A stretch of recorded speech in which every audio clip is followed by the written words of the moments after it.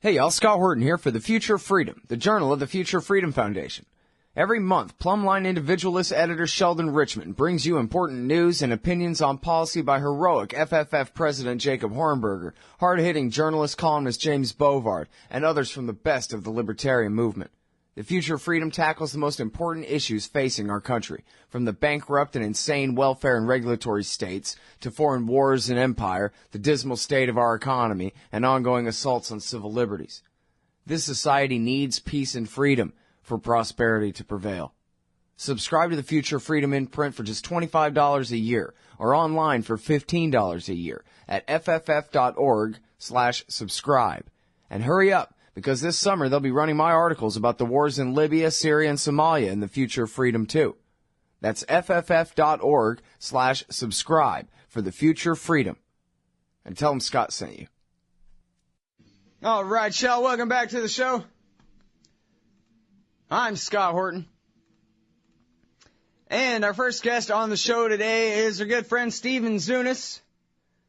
This time writing at truthout.org, troubling implications of Susan Rice's appointment as National Security Advisor. Don't tell me that she's going to sit around and do nothing with her thumb up or something as a gigantic 9/11 attack happens on her watch. Like the last Rice National Security Advisor we had, or maybe she'll lie us into war with a country. Another one. Welcome back to the show, Stephen. How are you doing? Very good, thank you. This lady does like to lie us into war. Isn't she the one who claimed that Muammar Gaddafi was passing out Viagra to his military so that they could rape their way across Libya to Benghazi?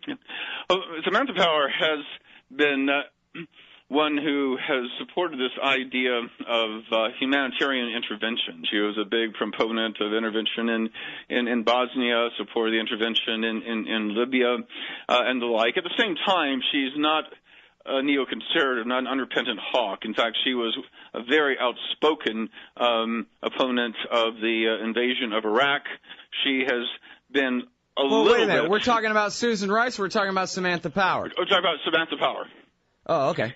Samantha Power. So she's more kind of a classic kind of liberal hawk, if you will, than a neocon. But so she's been somewhat nuanced, and some of her work on human rights has been admirable in my view, taking it more seriously than other people. But at the same time, she's one of those who is much more likely to criticize human rights abuses by governments we don't like than by governments we're allied with.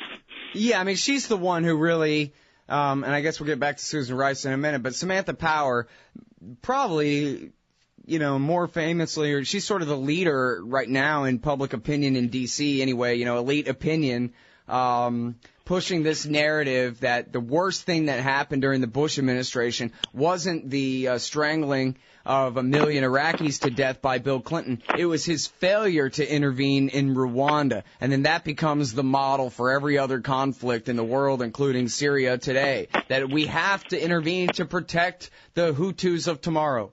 Or the Tutsis, Exactly. And she's been a big proponent of this, including taking a more active stance in terms of Darfur and the like.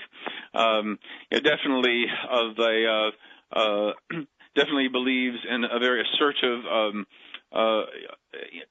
foreign policy, ostensibly in the cause of human rights.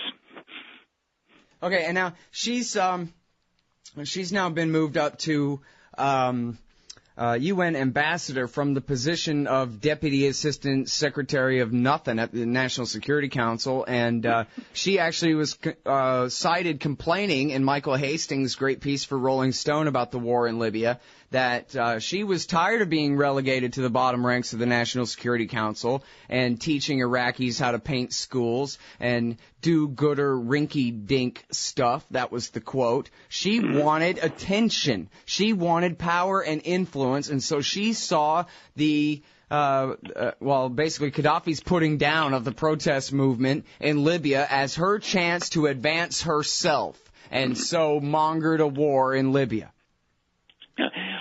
She was also, she had been very upset in many ways that Obama administration had appointed a number of people who were to her right, that people like Hillary Clinton as Secretary of State. She was a very big critic of Clinton, especially for her support for the Iraq War. She saw herself, again, more as an idealist, more into seeing human rights as of a greater emphasis. So basically, we're seeing two kinds of interventionists here. We're seeing people like Hillary Clinton, who are again the more conventional mainstream interventionist, and then you have Samantha Power that likes to put herself on a higher moral plane because saying this is not about empire, this is not about oil.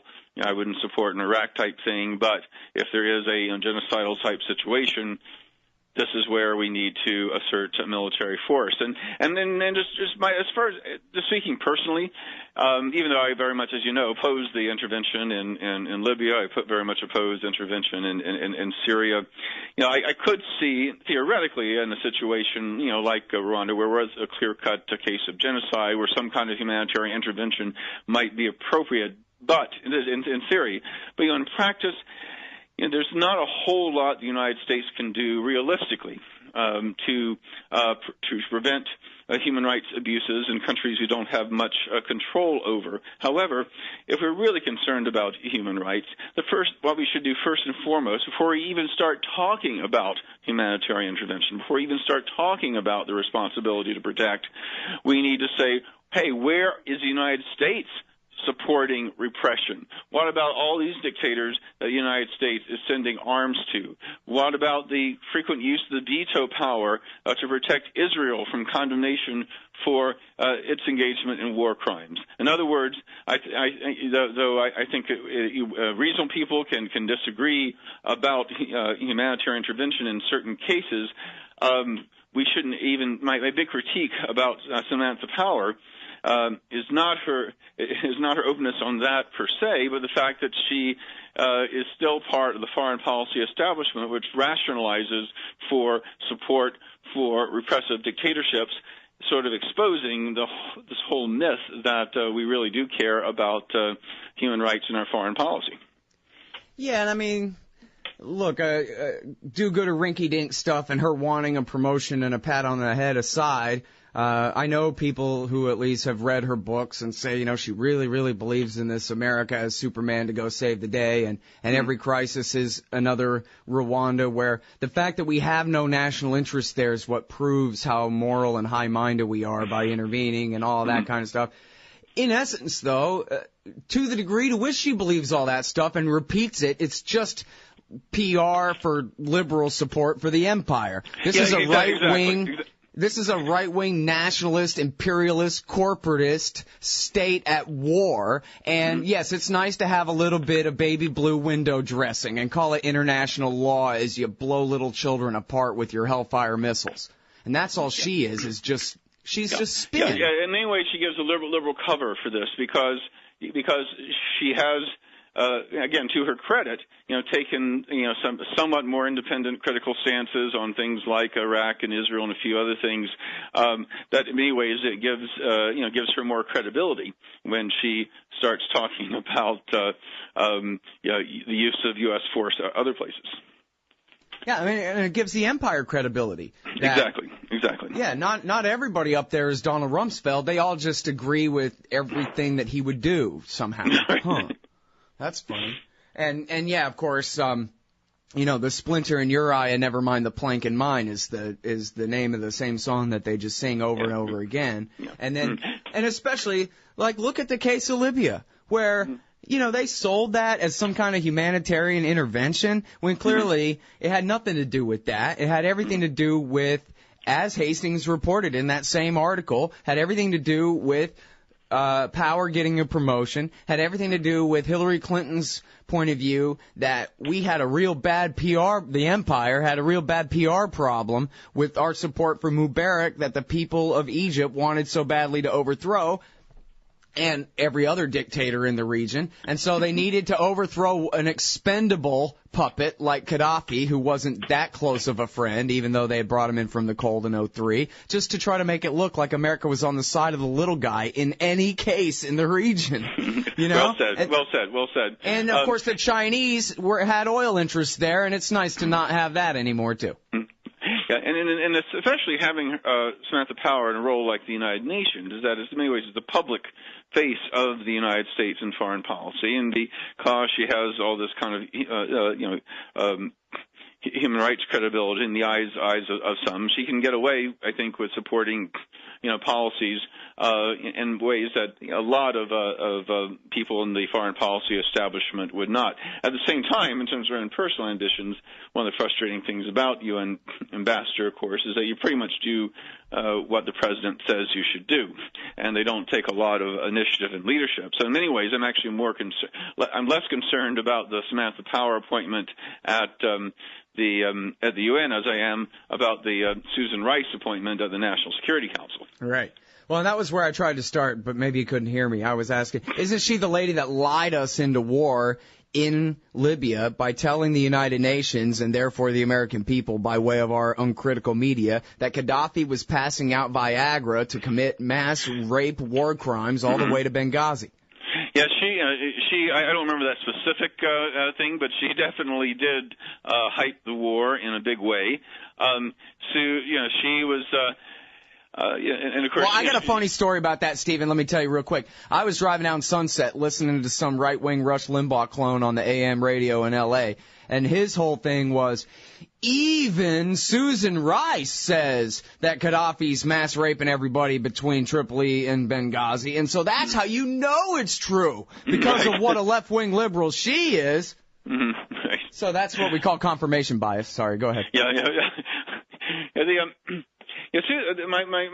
concerned about Susan Rice on a number of things. One is that she is one of the more hawkish people, vis-a-vis Israel and Palestine, very very close to to Netanyahu's perspectives. She has been highly undermined the United Nations left and right when it's tried to investigate well-documented war crimes by the Israeli government. She cast a veto for a very mildly worded resolution that simply reiterated the illegality of the Israeli settlements and simply called for a freeze, not even calling for their withdrawal as legally they're required to do, and as four previous UN Security Council resolutions did demand. Even Richard Nixon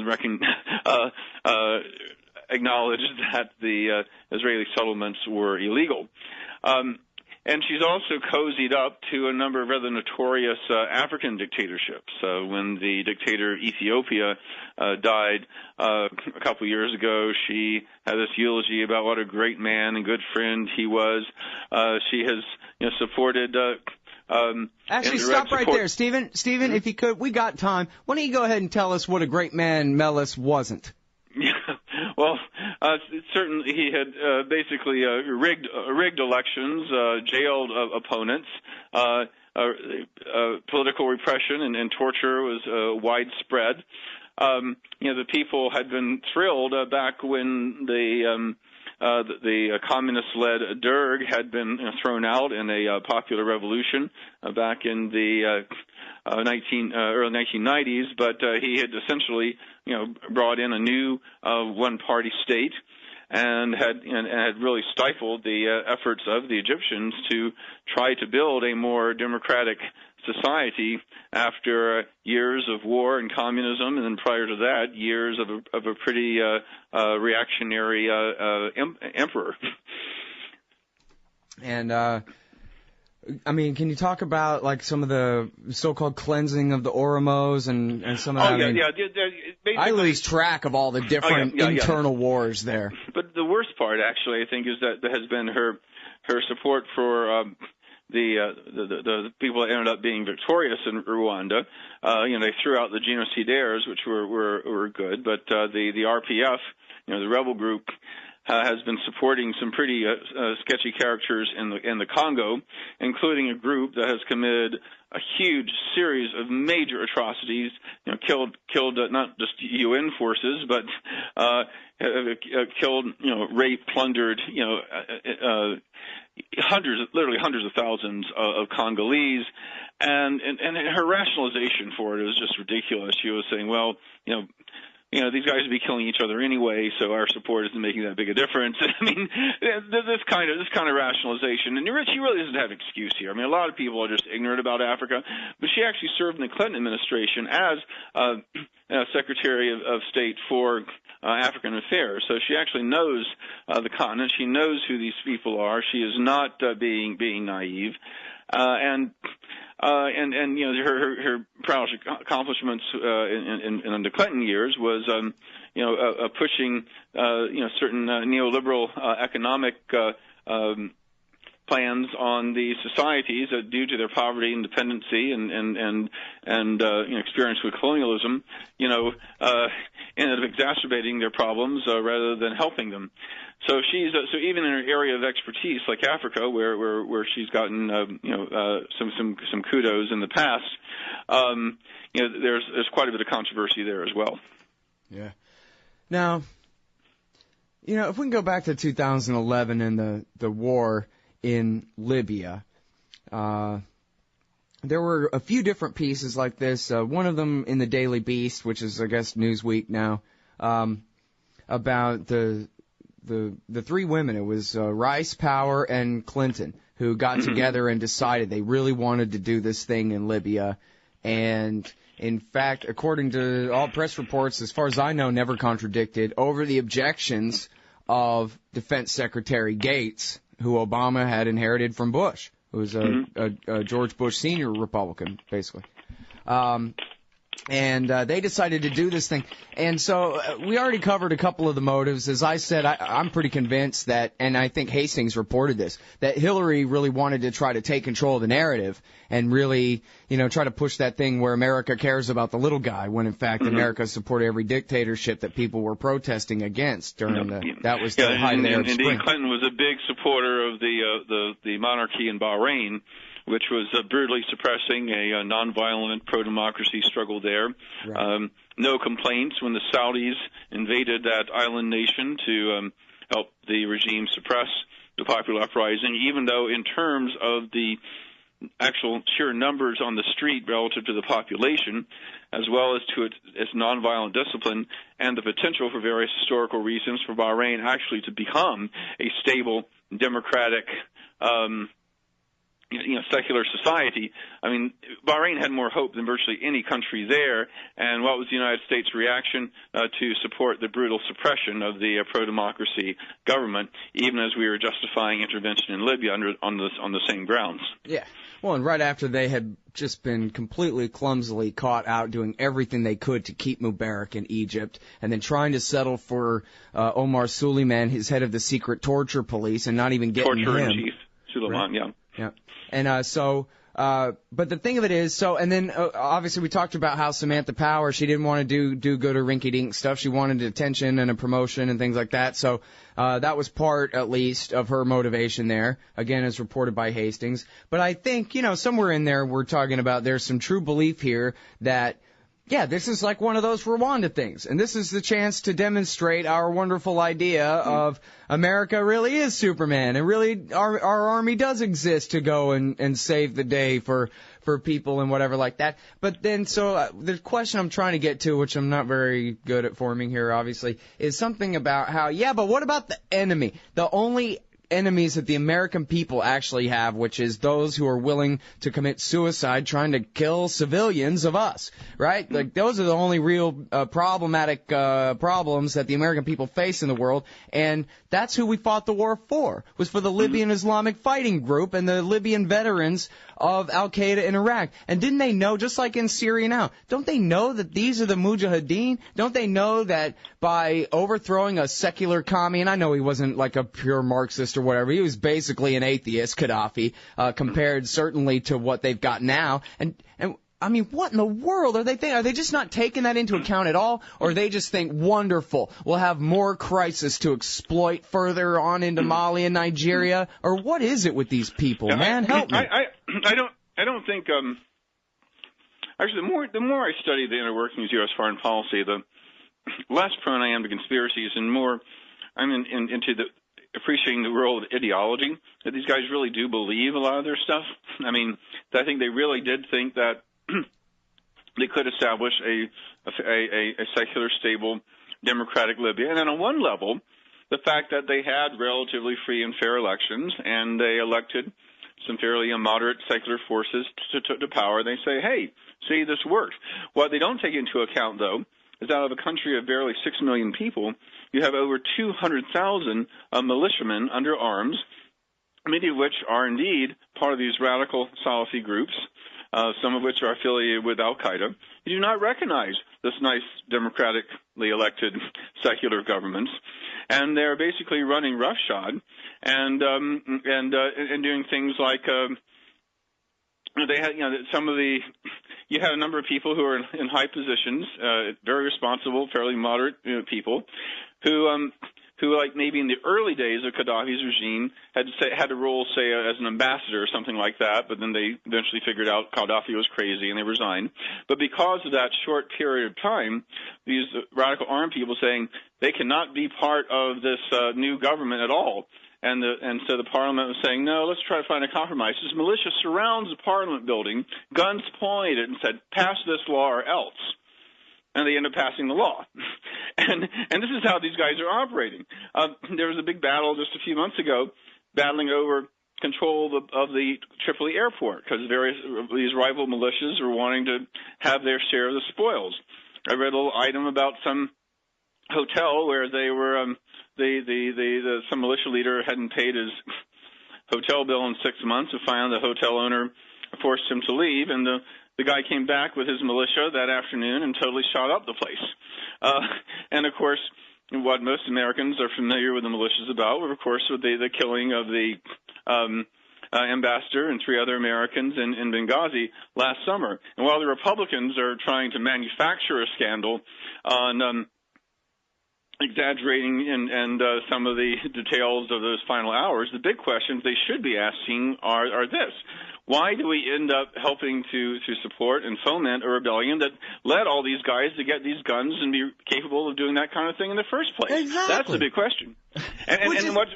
Furthermore, when people like Susan Power and others that would be a great massacre, they said they could be as many as 10,000 people killed if we don't stop them. But it ends up in the war the U.S. supported, over 30,000 people were killed, and there's still people dying to this day. Yeah, no, they claimed 100,000. So your point's still good, though.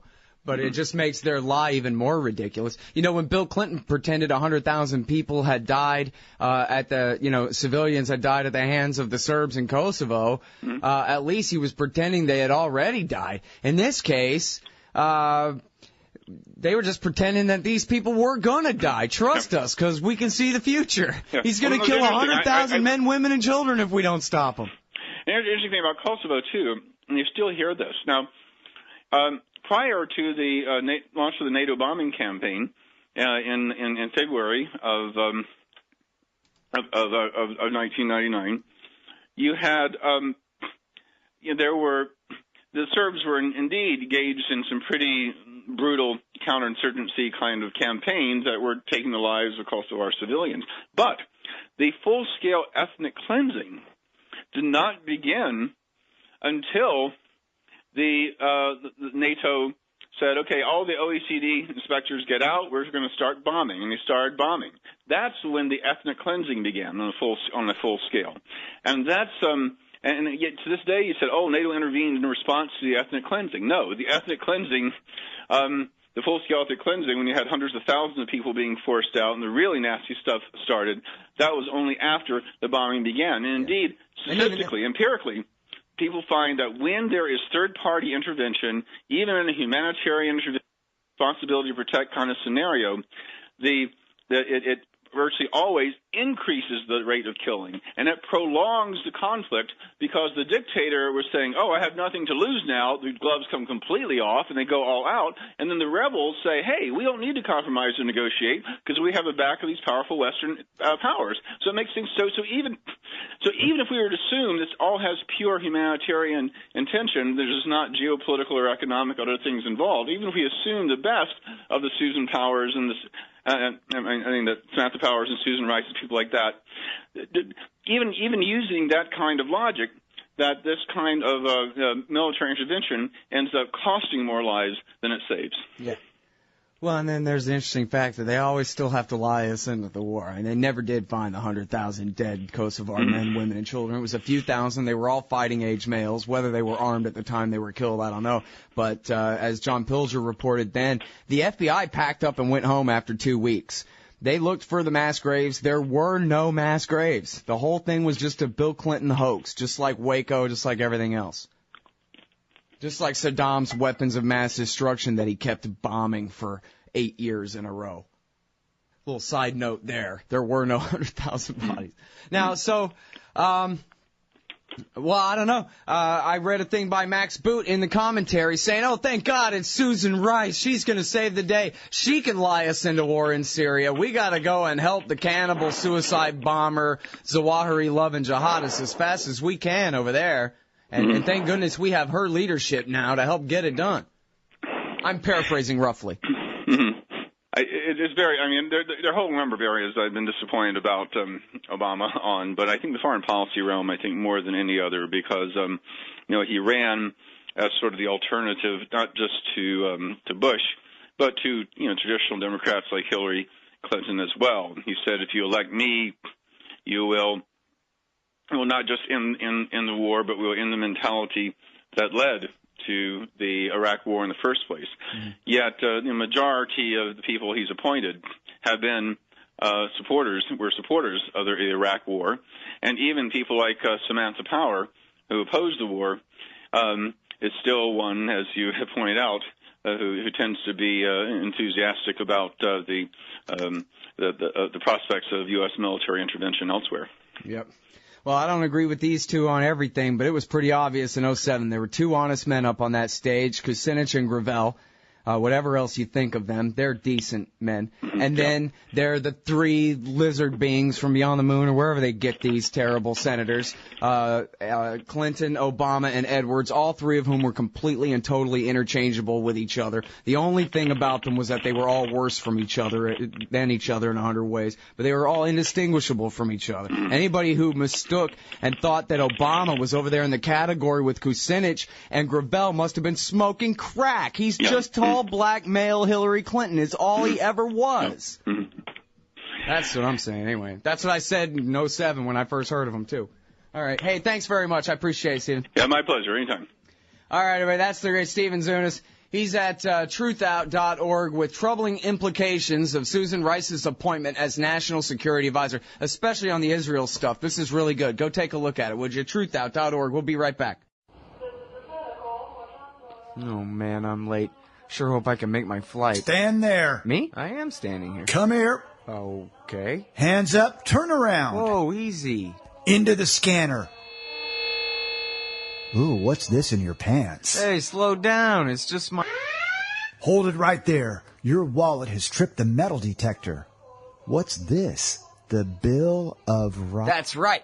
It's just a harmless stainless steel business card-sized copy of the Bill of Rights from SecurityEdition.com.